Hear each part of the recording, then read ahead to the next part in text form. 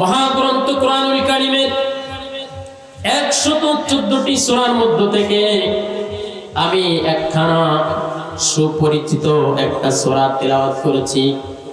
এই সূরাটির নাম বাংলার এমন কোন মুসলমান নাই মায়ের কাছ থেকে যে সূরাটি শিখে নাই, ঠিক না বেঠি? মা ছোট্টবেলায় শিক্ষা দিয়েছেন সূরাতুল ইখলাস। এই ইখলাস সূরা কোরআনুল কারীমের অবস্থানটা হলো 114 এর মধ্যে 112 নম্বর পজিশন তার। সূরাটি মক্কায় অবতীর্ণ হয়েছে। এই সূরাটির মধ্যে সামান্য কয়েকটি আয়াতে কারিমা আল্লাহ তাআলা নাজিল করেছেন। যে আয়াতে কারিমা কোরআনুল কারীমের প্রত্যেকটা আয়াতের এক একটা শানে নুজুল, এক একটা প্রেক্ষাপট আছে। এই কোরআনুল কারীমের এই ছোট্ট সূরারও এক একটা শানে নুজুল প্রেক্ষাপট আছে না নাই? একটা আয়াত আল্লাহ তাআলা এমনি এমনি নাজিল করেন নাই, ঠিক না বেটি? কয়েকদিন আগে গেল হিন্দুদের সবথেকে বড় উৎসব দুর্গা পূজা, ঠিক না? আমার ভাইরা, এই সূরাটির শানে নুজুল হলো বিভিন্ন কিতাবে বিভিন্ন তাফসিরে বিভিন্ন রকম আসছে। এই সূরাতুল ইখলাসের একটা শানে নুজুল হলো বিশ্বনবী সাল্লাল্লাহু আলাইহি ওয়াসাল্লাম মক্কার মানুষদের দেব দেবী মূর্তি পূজা করা দেখে আল্লাহর নবী যে দাওয়াত দিচ্ছেন, ও মক্কার কাফের মুশরিকরা, ও সনাতন ধর্মের মানুষেরা, ও অগ্নি পূজকরা, তোমরা একমাত্র আল্লাহ পাক রব্বুল আলামিনের ইবাদত করো, তার উপর ঈমান আনো। যেই মূর্তি মানুষের কোনো কাজ করে দিতে পারে না, যেই মূর্তি জীবিত নয়, যেই মূর্তি নিজেকে হেফাজত করতে পারে না, এই মূর্তির সমস্ত ইবাদতগুলি বন্ধ করে দিয়া ও মক্কার মানুষেরা তোমরা ওই একমাত্র আল্লাহর ইবাদত করো যে আল্লাহ আসমান এবং জমিনের মালিক। জোরে কোন আল্লাহু আকবার। মক্কার কাফের মুশরিকরা বলছেন, মুহাম্মদ, ইহুদিরা প্রশ্ন করলেন, ও মুহাম্মদ, তোমার কোন আল্লাহ, সে আল্লাহর পরিচয় কি? আমাদের দেবদেবীর এক একটা নাম আছে, আমাদের বিভিন্ন দেবদেবী আছে, গঙ্গা দেবী আছে। কোন বান্দা যদি সাগরের মধ্যে গিয়া, পানির মধ্যে গিয়া যদি বান্দাগুলি বিপদে পড়ে যায়, গঙ্গা দেবী আমাদেরকে রক্ষা করে। কোন বান্দা যদি, বিভিন্ন দেবদেবী আছে, যে যে কায়দায় বিপদে পড়বে সেখানেই আমাদের এক একটা দেবদেবী আছে, তারা রক্ষা করে। কিন্তু তোমাদের আল্লাহর নাম কি? তোমাদের আল্লাহ কোথায় আছে? তিনি কয়জন? তিনি কোথায় থাকেন? আর তিনার বাবার নাম কি? তার মার নাম কি? আর তিনি কি করেন? তার পরিচয় যদি দিতে পারো, আমরা তোমার উপরে ঈমান আনবো, তোমার আল্লাহর উপরে ঈমান আনবো। জোরে বলেন আল্লাহু আকবার। বিশ্বনবী সাল্লাল্লাহু আলাইহি ওয়াসাল্লাম কাফেরদের প্রশ্নের সম্মুখীন হওয়ার সঙ্গে সঙ্গে জিবরাইল আমিনকে আল্লাহ পাক রব্বুল আলামিন ডেকে ডেকে বলতেছেন, ও জিবরাইল, ও জিবরাইল, আর করোনা দেরি, চলে যাও তাড়াতাড়ি, কাফের মুশরিকরা আমার বন্ধুর সামনে প্রশ্ন ছুড়ে দিয়েছে। জোরে কোন আল্লাহু আকবার। জিবরাইল আমিন এসে গেলেন, এসে বন্ধুর কাছে সালাম দিলেন, আসসালামু আলাইকা ইয়া রাসূলুল্লাহ। চিন্তা করবেন না, কাফের মুশরিকরা আপনাকে প্রশ্ন করবে আর আপনি জবাব দিতে পারবেন না। কোরআনুল কারীমের মধ্যে আরেক জায়গায় আল্লাহ তাআলা বলছেন, ওমা ইয়ানতিকু আনিল হাওয়া ইন হুয়া ইল্লা ওয়াহয়ুন ইউহা। জোরে জোরে বলেন আল্লাহু আকবার। ওহী যতক্ষণ পর্যন্ত বিশ্বনবীর কাছে না এসেছে, আন্দাজ আমার নবী কাফের আর মুশরিকদের জবাব দেন নাই, ঠিক না বেঠিক? জিবরাইল আমিন এসে সাথে সাথে তিলাওয়াত করলেন, হাবিব, আপনি চিন্তা করবেন না, আপনার রবের পরিচয়টা এই কাফের মুশরিকদেরকে আপনি দিয়ে দেন। আল্লাহ বলেন, বিসমিল্লাহির রহমানির রহিম, কুল হুয়াল্লাহু আহাদ, আল্লাহুস সামাদ, লাম ইয়ালিদ ওয়া লাম ইউলাদ ওয়ালাম ইয়াকুল লাহু কুফুয়ান আহাদ। যেরকম আল্লাহু আকবার। জিবরাইল বললেন, হাবিব, আল্লাহ বলছেন, ওর হাবিব আপনি তাদেরকে বলে দেন, ওয়াল্লাহু আহাদ, আমার আল্লাহ বলেন এক, আল্লাহ বলেন অদ্বিতীয়, আল্লাহর কোনো শরীক নাই। আল্লাহুস সামাদ, তিনি পৃথিবীর কোন মানুষের মুখাপেক্ষী নয়, পৃথিবীর সমস্ত মানুষ আর একজন মানুষের দ্বারস্থ, ঠিক না বেঠি? জুতা যদি ছিঁড়ে যায় আমাদের মুসির কাছে যে সিরিয়াল দেওয়া লাগে, ঠিক কিনা? কোন মানুষের যদি জিনে ধরে কবিরাজের কাছে যাওয়া লাগে, রোগ হইলে ফার্মেসিতে যাওয়া লাগে, ডাক্তারের কাছে যাওয়া লাগে। কিন্তু আমার আল্লাহ পাক রব্বুল আলামিন পৃথিবীর কোন মানুষের মুখাপেক্ষী নয়। জিবরাইল আমিন বললেন, হাবিব আপনি বলে দেন আল্লাহুস সামাদ, তিনি কোন মানুষের মুখাপেক্ষী নয়। লাম ইয়ালিদ ওয়া লাম ইউলাদ, তারা যে আল্লাহর নবী মার কথা জিগাইছে, বাবার কথা জিগাইছে, সন্তানের কথা জিগাইছে, আপনি বলে দেন লাম ইয়ালিদ, তাকে কেউ জন্ম দেয় নাই, ওয়ালাম ইউলাদ, তিনিও কাউকে জন্ম দেন নাই। জোরে বলুন আল্লাহু আকবার। ওয়ালাম ইয়াকুল লাহু কুফুয়ান আহাদ, তিনি কোন মানুষের মুখাপেক্ষী নয়, কোন মানুষের দ্বারস্থ নয়, কোন মানুষের কাছে আল্লাহ পাক রব্বুল আলামিন সাহায্য চান না। জোরে বলুন আল্লাহু আকবার। এরপরে এই সূরাটি নাজিল হয়ে গেল। এই সূরাটির ফজিলত বিশ্বনবী সাল্লাল্লাহু আলাইহি ওয়াসাল্লাম বলেছেন, তাফসীর কারকগণ বলেছেন, বিভিন্ন তাফসীরে এসেছে, কুরআনুল কারীমের এই ছোট্ট সূরাটি কোন বান্দা যদি 3 বার তিলাওয়াত করে, ওই বান্দার আমলনামায় পুরা কোরআন শরীফ খতম করার সওয়াব দান করে দেয়। জোরে বলেন সুবহানাল্লাহ। কষ্ট পাচ্ছেন আপনারা? এই সূরাটি বিশ্বনবী সাল্লাল্লাহু আলাইহি ওয়াসাল্লাম বসে আছেন, জিবরাইল আমিন এসে বলতেছেন, ইয়া রাসূলুল্লাহ, ইয়া হাবিবাল্লাহ, আপনার একজন সাহাবা মারা গেছে, মুআবিয়া ইবনে মুআবিয়া, 60 কিলোমিটার দূরে আপনার একজন সাহাবা মারা গেছে, এই মুহূর্তে তার জানাজা আপনাকে পড়াতে হবে। বিশ্বনবী বললেন, আমার কাছে বিমান নাই, রকেট নাই, কিভাবে 60 কিলোমিটার দূরে আমার সাহাবার জানাজা আমি পড়াবো? জিবরাইল আমিন বললেন, ইয়া রাসূলুল্লাহ, ইয়া হাবিবাল্লাহ, আপনাকে 60 কিলোমিটারের চিন্তা করা লাগবে না গো নবী। এই মুহূর্তে আপনার সাহাবা মুআবিয়া, আপনার সাহাবার লাশটা আপনার সম্মুখে এই মুহূর্তে ধরা হবে। জিবরাইল আমিন বলার সঙ্গে সঙ্গে নূরের পাখা দিয়া একটা ঝাপটা মারার সঙ্গে সঙ্গে বিশ্বনবী চোখের পলক ফিরে দেখে সাহাবার লাশ মোবারক হাজির হয়ে গেছে। কিছুক্ষণ পরে জানাজা পড়াবেন, আল্লাহর নবী দেখলেন আসমানের অন্ধকার হয়ে আসছে। জিবরাইল আমিনকে প্রশ্ন করলেন, জিবরাইল, আসমানে কি চন্দ্রগ্রহণ লেগে গেল কিনা? অন্ধকার হয়ে আসছে, কারণটা কি?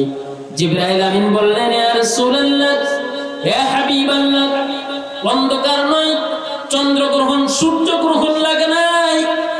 আপনার এই সাহাবা এমন একজন আমলকারী ব্যক্তি, আল্লাহর কাছে এত প্রিয়, এত পছন্দের, এমন আমল করে আল্লাহ খুশি হয়ে আসমানের সমস্ত ফেরেশতাকুলদেরকে এই সাহাবার জানাজায় প্রেরণ করেছেন, যার ফলে এই আসমানের ফেরেশতাদের আড়াল পড়ে গেছে সূর্যের আলো। জোরে কোন আল্লাহু আকবার। আরেকটু আস্তে বললেন। আল্লাহর নবী বললেন, জিবরাইল, ও জিবরাইল, জানাজা পড়ানোর পরে বললেন, জিবরাইল, এত মর্যাদা আমার সাহাবা কিভাবে পেয়েছে? জিবরাইল আমিন বললেন, ইয়া রাসূলুল্লাহ, ইয়া হাবিবাল্লাহ, মর্যাদা পেয়েছে এমন কোন উল্লেখযোগ্য আমল তার নাই। একটা মাত্র আমল আছে, সকাল সন্ধ্যা যখনই সময় পায় সূরাতুল ইখলাস তিলাওয়াত করে। জোরে বলেন আল্লাহু আকবার। সূরাতুল ইখলাস, কুল হুয়াল্লাহু আহাদ, বলুন তিনি এক। আল্লাহ কয়জন? যারা বলেন কয়জন? আল্লাহ একজন। আল্লাহ কি 4-5 জন হতে পারে? প্রভু হওয়ার ক্ষেত্রে আল্লাহর পরিচয় বিভিন্ন কোরআনের বিভিন্ন জায়গায়, আল্লাহু লা ইলাহা ইল্লা হু আল হাইয়ুল কাইয়্যুম লা তাখুযুহু সিনাতু ওয়া লা নাওম, আছে না নাই? আয়াতুল কুরসি আছে না? আল্লাহ বলেন তাবারাকাল্লাযী বিয়াদিহিল মুলক। বিভিন্ন জায়গায় আল্লাহর পরিচয় দিয়েছেন। প্রভু হতে হলে 1 নাম্বার হলো তাকে জীবিত হওয়া লাগবে, ঠিক কিনা? কয়েকদিন আগে সনাতন ধর্মাবলম্বীদের যেই সবথেকে বড় উৎসব হলো এটার নাম হলো দুর্গা পূজা। এই দুর্গা পূজায় যতগুলো মূর্তি বানানো হয়েছে এরা একটাও কি জীবিত? বিশ্বনবী তাদের কাছে যে বললেন যে মূর্তিগুলা নিজেই মৃত, এই মূর্তিগুলা তোমাদেরকে কিভাবে সাহায্য করবে? এই মূর্তিগুলা তো সাহায্য করতে পারে না। প্রভু হওয়ার 1 নম্বর শর্ত হলো তাকে জীবিত হতে হবে। 2 নম্বর শর্ত হলো প্রভুর কোনদিন মৃত্যু হবে না। এই প্রভুর কোনদিন মৃত্যু হবে না। প্রভু যদি নিজেই মরে যায় তোমারে কিভাবে সাহায্য করবে? কারণ প্রভু তো কোনদিন মরতে পারে না। তোমাদের মূর্তি পূজা কয়েকদিন পর তোমরা ফেলে দাও। পৃথিবীর সমস্ত মাখলুক প্রত্যেকেরই মৃত্যুর স্বাদ গ্রহণ করা লাগে, লাগে কি লাগে না? প্রত্যেকে মৃত্যুর স্বাদ গ্রহণ করে, কিন্তু আমার আল্লাহ লা তাআখুযুহু সিনাতুন ওয়ালা নাওম, মৃত্যু তো দূরের কথা, কোন ঘুম পর্যন্ত আমার আল্লাহ পাক রব্বুল আলামিনকে স্পর্শ করতে পারে না। জোরে বলুন সুবহানাল্লাহ। সে মহান মালিক রব্বুল ইজ্জাত ওয়াল জালাল আমাদেরকে চলার জন্য একটা জীবন বিধান দিয়েছেন, তার নাম কি? জোরে বলুন, তার নাম কি? আজকে আমরা শুনতে আসছি যেটা, সেটার নাম কি? কোরআনের ভাষা কোথায়? লৌহে মাহফুজে।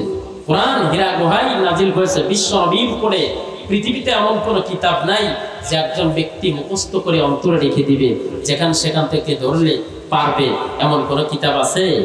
জোরে বলুন, আছে? এই কোরআনের জন্য সাহাবায়ে কেরাম জীবন দিয়েছেন। কোরআন পৃথিবীতে প্রতিষ্ঠিত করার জন্য অসংখ্য নবী রাসূলগণ, অসংখ্য সাহাবায়ে কেরাম, অসংখ্য উলামায়ে কেরাম, অসংখ্য সাহাবায়ে কেরাম জীবন দিয়ে তারা ইসলামের ঝান্ডা উত্তোলন করে গেছেন। এমনি কোরআনুল কারীম আমাদের কাছে আসে নাই, অসংখ্য জীবনের বিনিময়ে কোরআনুল কারীমটা আমরা হাতে পেয়েছি, ঠিক না বেটি? বাংলাদেশ স্বাধীন হয়েছে 30 লক্ষ শহীদের বিনিময়ে। হিসাব ঠিক থাক আর বেঠিক থাক, রক্তের বিনিময়ে আমার বাংলাদেশ স্বাধীন হয়েছে, ঠিক কিনা? ইসলামটাও ঠিক তদ্রুপ, রক্তের বিনিময়ে, রক্তের বন্যার উপরে, রক্তের উপরে পা দিয়ে, রক্তের উপর থেকে ইসলামের তরিটা ভাসতে ভাসতে 1400 বছর পরে আমাদের কাছে এসে আমাদের কাছে পৌঁছে গেছে। জোরে বলুন আল্লাহু আকবার। সে কোরআন এমন জীবন্ত কোরআন মনে হয় যে আল্লাহ পাক রব্বুল আলামিন আজকে ফিলিস্তিনের উপরে নির্ভর করে ফিলিস্তিনকে ইন্ডিকেট করে আল্লাহ পাক রব্বুল আলামিন বলছেন, ওয়া লাকুম লা তুকাতিলুনা ফি সাবিলিল্লাহ ওয়াল মুস্তাদআফিনা মিনার রিজালি ওয়ান নিসাই ওয়াল উলদান। মুসলমানরা, ইসলাম তেমন নয় তুমি খাবে, তুমি পড়বে, তুমি আরামে ঘুমাবে। আমার পূর্বের বক্তা বলে গেছেন ইন্নামাল মুমিনুনা ইখওয়াতুন, প্রত্যেক মুসলমান মুসলমানের ভাই। এটাও কোরআনুল কারীমের আয়াত, ঠিক না বেঠি? আল্লাহ বলছেন একজন মুমিনের যদি হাতের আঙ্গুলে ব্যথা লাগে, কাটা ফোটে বা আগুনে পড়ে কোন ব্যথা লাগে, পুরা শরীরটা এটা অনুভব করতে পারে কি পারে না? আল্লাহ পাক রব্বুল আলামিন বলছেন মুসলমান, ফিলিস্তিন কেন, জর্ডান কেন, আমেরিকা কেন, বাংলাদেশ কেন, পৃথিবীর যেখানে একজন মুসলমান আছে সেই মুসলমান तमाम পৃথিবীর মুসলমানদের ভাই। এক মুসলমানের শরীরে যদি রক্ত বাইর হয় প্রত্যেকটা মুসলমানের কলিজায় ব্যথা লাগা উচিত। জোরে বলুন, ঠিক না বেঠি? যে মুসলমানের অন্তরে ব্যথা লাগবে না সে ব্যক্তি মুসলমান হতে পারে? হতে পারে? আমার হাতের আঙ্গুলে যদি অবাস হয়ে যায়, আমরা বলি আমার হাতের আঙ্গুলটা অসুস্থ হয়ে গেছে, এটার চিকিৎসা করা দরকার, ঠিক কিনা? কোন মুসলমান যদি, ফিলিস্তিনের মুসলমান যদি মার খায়, আমি মুসলমান বাংলাদেশে আমার কলিজায় যদি বেদনা লাগে, আমি অবশ্যই মুসলমান হতে পারবো না। আল্লাহ পাক রব্বুল আলামিন तमाम পৃথিবীর মানুষের উপরে ইন্ডিকেট করে বলছেন, ওয়া লাকুম লা তুকাতিলুনা ফি সাবিলিল্লাহ। ও মুসলমানেরা, তোমাদের কি হলো? তোমরা আল্লাহর রাস্তায়, আমার রাস্তায় যুদ্ধ করা থেকে তোমরা বিরত থাকলে, কারণটা কি? তোমরা যুদ্ধে নামো না, কারণটা কি? তোমাদের কি হলো? আমার আল্লাহ আশ্চর্য হয়ে বলেছেন, ওয়াল মুস্তাদআফিনা মিনার রিজাল ওয়ান নিসাই ওয়াল উলদান। যেখানে দুর্বল মানুষগুলো আক্রান্তের শিকার হয়, যেখানে নারীগুলি আক্রান্ত হয়, লাঞ্ছিত হয়, অপমানিত হয়, যেখানে শিশুগুলি নিরাপত্তা নয়, এমন পরিস্থিতিতে পৃথিবীর কোন মুসলমান যদি একটু ঈমানি হুঙ্কার না দেয়, এই বান্দা মুসলমান হতে পারে না, ঠিক না বেঠি? এই জন্য ফিলিস্তিন হোক, আমেরিকা হোক, জাপান, জার্মান হোক,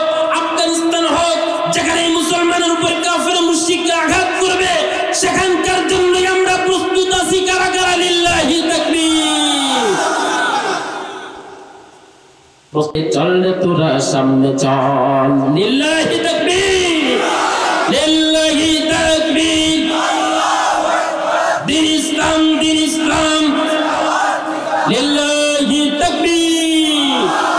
ফিলিস্তিনের জন্য যদি টাকা লাগে, পয়সা লাগে, ইমানি শক্তি লাগে, আমার বাংলাদেশের প্রধানমন্ত্রী যদি বর্ডার খুলে দেয়, আমাদেরকে হাতে যদি এক একটা অস্ত্র দিয়ে দেয়, আমরা প্রস্তুত আছি। কারা কারা? লিল্লাহি তাকবীর।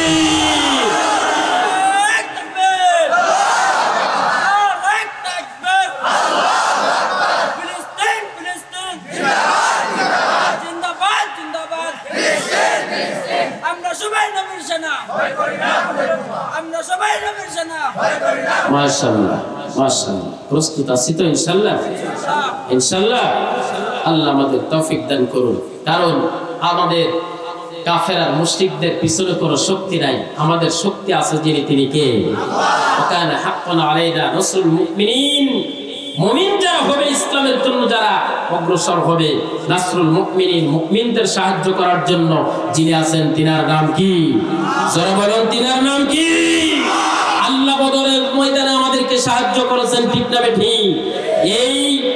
এই ইসলাম প্রতিষ্ঠিত করতে গিয়া কাফের আর মুশরিকরা যতই আমাদের কষ্ট দিয়ে, আমাদের বিশ্বনবী শিক্ষা দিয়েছেন, শিয়াবি আবি তালিব নামক জেলখানার মধ্যে তিনটি বছর কারাবরণ করে তারা শিক্ষা দিয়েছেন মুসলমানদেরকে কিভাবে কারাবরণ করে হলেও ইসলামের ঝান্ডা উঁচু করে রাখতে হয়।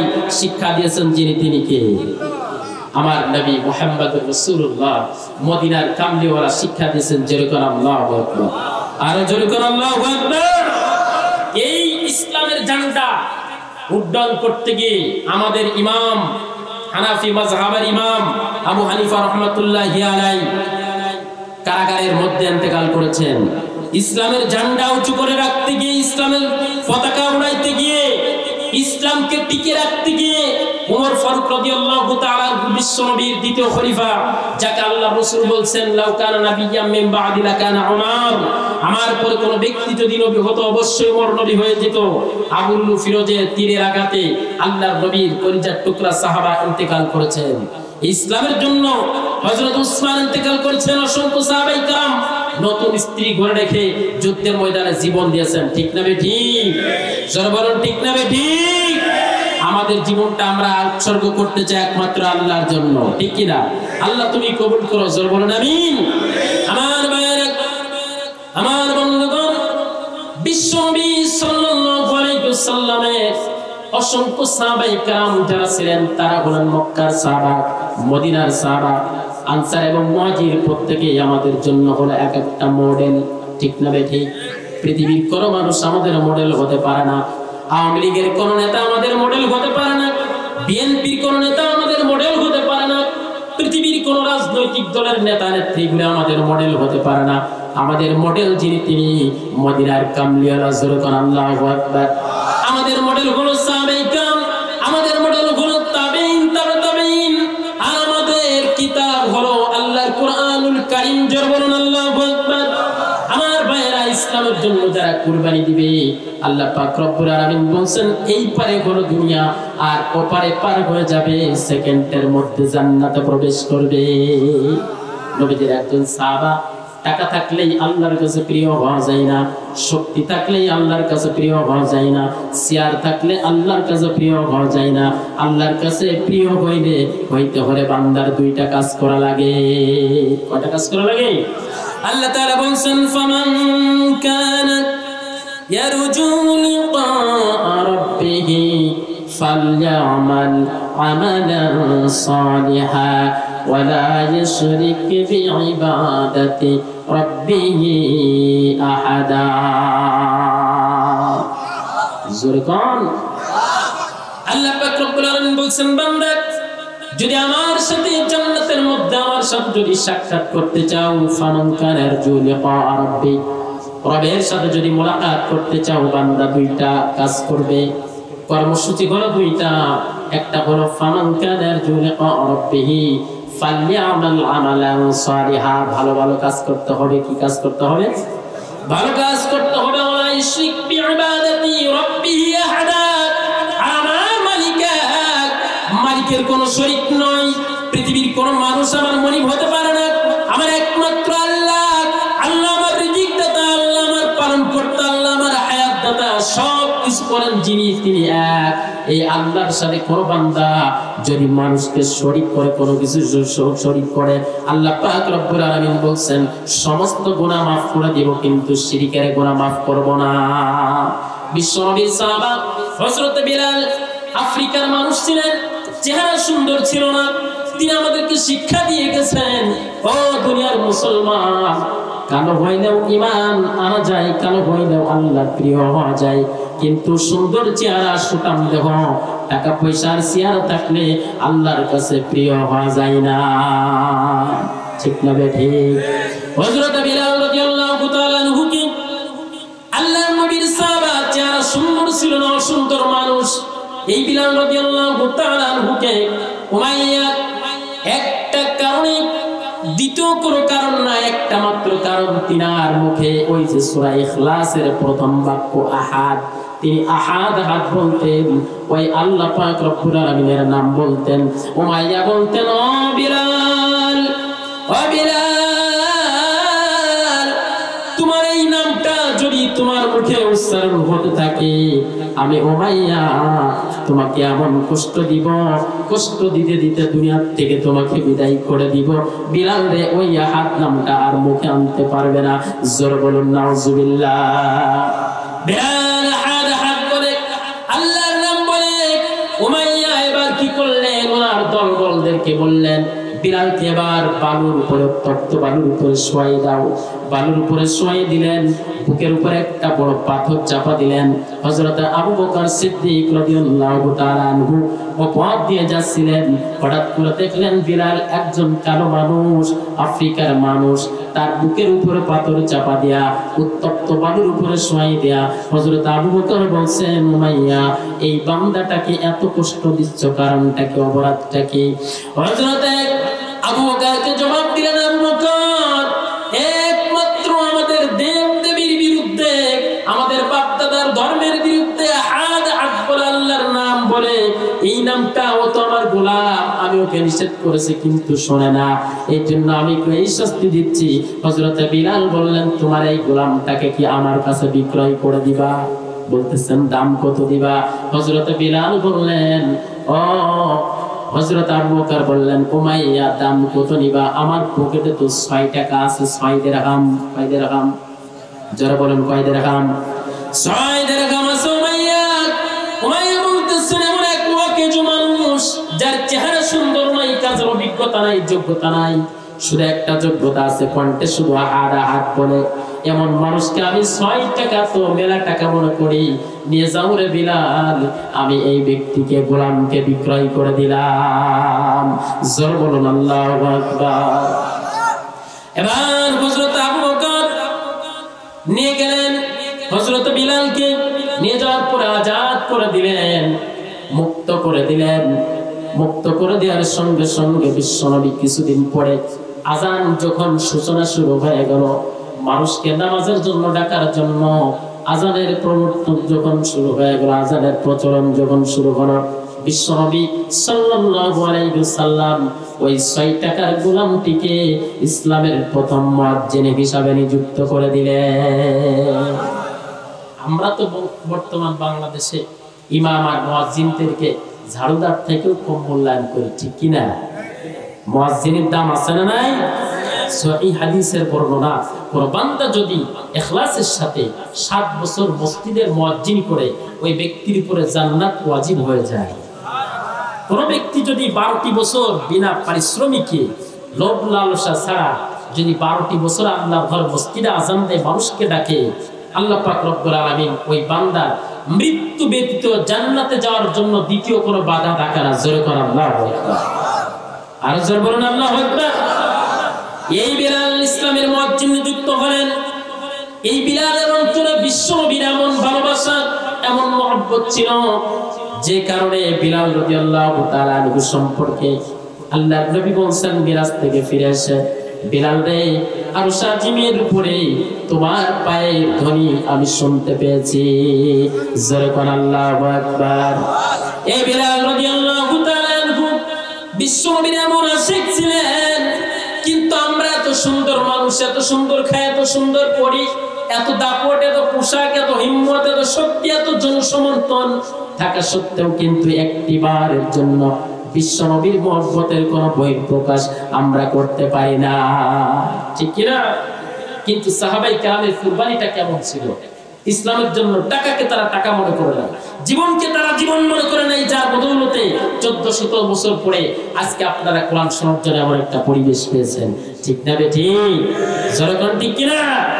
হযরত বিলাল রাদিয়াল্লাহু তাআলা আনহু, বাইরে আমার, এই বিলাল মসজিদে আযান দিচ্ছেন, হঠাৎ করে কিছু কাফের মুশরিকরা বলল, ইয়া রাসূলুল্লাহ, হাবিবাল্লাহ, সুন্দর চেহারার কত মানুষ আছে, সুন্দর কণ্ঠের কত মানুষ আছে, উমাইয়া বিলালের জিহ্বার মধ্যে আগুনের সেক দিয়ে জিহ্বাটাকে ক্ষত করে দিয়েছে, আশহাদু বলতে পারে না, আসহাদু বলে, এই বিলাল দিয়ে মসজিদে হবে না, বিলাল দিয়ে বাদ দেন, আরেকজনকে নিয়োগ দেন।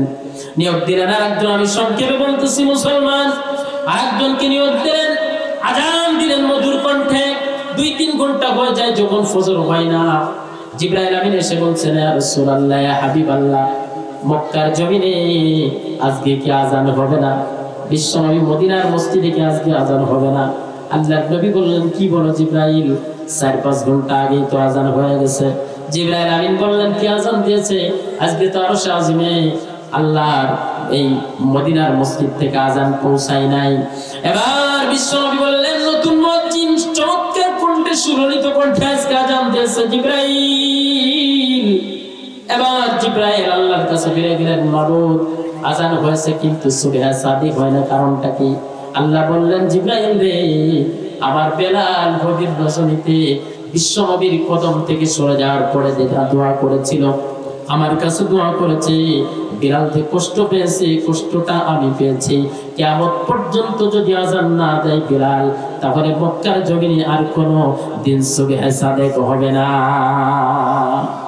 এবার আল্লাহর নবী জিবরাইল আমিন নবীজিকে বললেন, ইয়া রাসূলুল্লাহ, বিলালকে দিয়া মসজিদের মিনারে উঠাইয়ে দেন। বিশ্বনবী বিলালকে বললেন, বিলাল রে, কোথায় আছো? দ্রুত আযান দাও। আল্লাহর নবীর সাহাবা বিলাল আযান দিলেন, কিছুক্ষণ পর সুবহে সাদিক হয়ে গেল, ফজরের জামাত হয়ে গেল। এই বিলালের সম্পর্ক, বিলালের মহব্বত এমন ছিল নবীর প্রতি। কিছুদিন পর যখন আমার নবীর যখন অন্তিম সময় এসে গেল, 63 বছর বয়স হয়ে গেল, আল্লাহর নবী যখন ইন্তেকালের সময় এসে গেল, আমি নবীর প্রতি, ইসলামের প্রতি সাহাবায়ে কেরামদের মহব্বত আর ভালোবাসার কুরবানির কথা বলার জন্য কথাটা নিয়ে এসেছি। আমার ভাইরা গভীর মনোযোগ দিয়ে খেয়াল করেন। হযরত বিলাল রাদিয়াল্লাহু তাআলা আনহু এমন নিকৃষ্ট কালো মানুষ হওয়ার পরেও মর্যাদাটা আল্লাহ পাক রব্বুল আলামিন কোথায় নিয়েছিলেন? আর আমরা এত সুন্দর চেহারা, এত সুন্দর পোশাক, এত চেয়ার, এত টাকা পয়সা, এত দাপট, এত কিছু থাকা সত্ত্বেও বিশ্ব নবীর জন্য আমরা কিছুই করতে পারি না, ঠিক না বেঠি? আমাদের সবকিছু মুখে মুখে চলে, ঠিক না? ইসলামের জন্য সবকিছু মুখে মুখে চলে, লিল্লাহি তাকবীর বললে আছি, কিন্তু ইসলামের জন্য এখনই যদি 144 জারি করা হয়, কোরআনের কথা বলা হয়, কোরআন বাধা দেওয়া হয়, মাহফিল, বাংলাদেশে হাজারো মাহফিলকে, হাজারো উলামায়ে কেরামকে জেলের মধ্যে ঢোকানো হয়েছে, ঠিক কিনা? হাজারো মাহফিলকে বন্ধ করা হয়েছে, ঠিক কিনা? এই বন্ধগুলি কি ফিলিস্তিনের মানুষ এসে, গাজার মানুষ এসে করছে, ইসরায়েলি মানুষ এসে করছে, আমেরিকা এসে করছে? কেউ করে নাই, করছে কারা?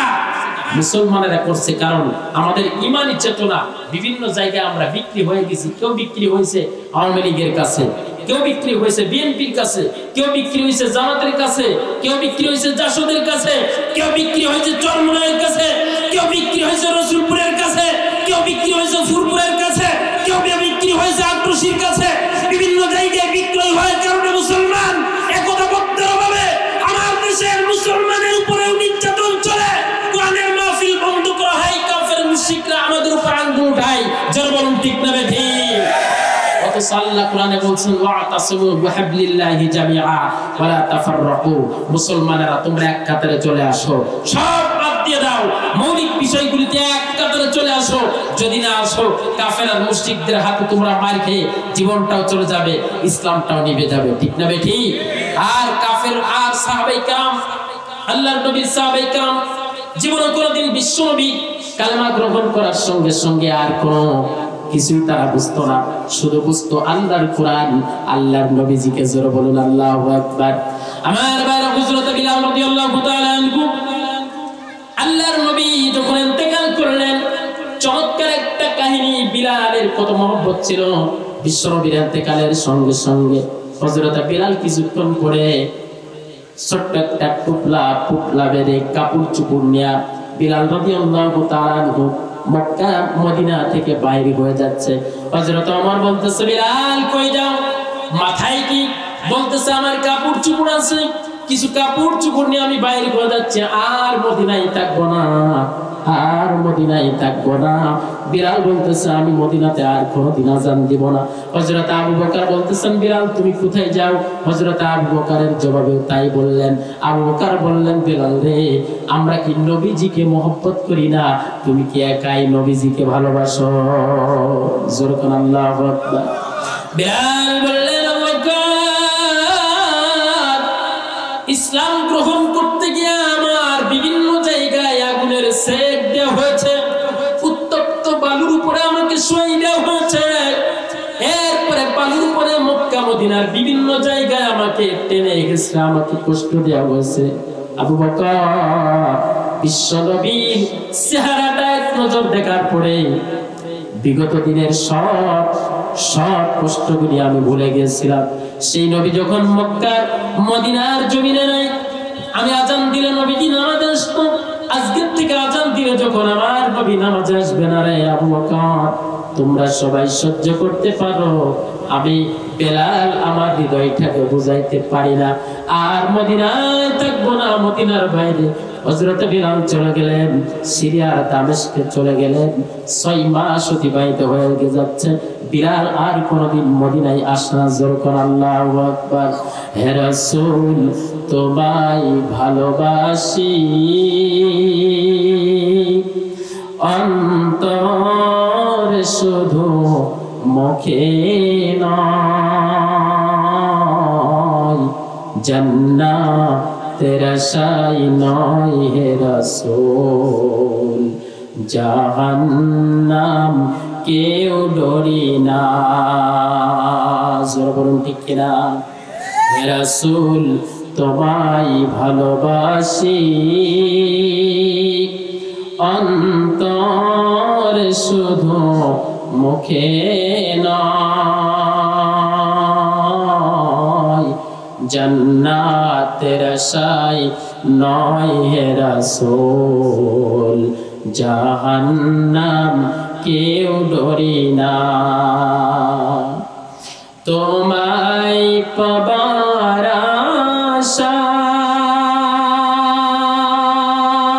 আশায় মন ছুটে যাই মদিনায়, তোমায় পাবার আশায় মন ছুটে যাই মদিনায়, আশিকে দিদার দাও না, আর দূরে থাকিও না। হে রাসূল, তোমায় ভালোবাসি অন্তর শুধু মুখে নয়, জান্নাতের আশায় নয় হে রাসূল, জাহান্নাম কেউ ডরি না।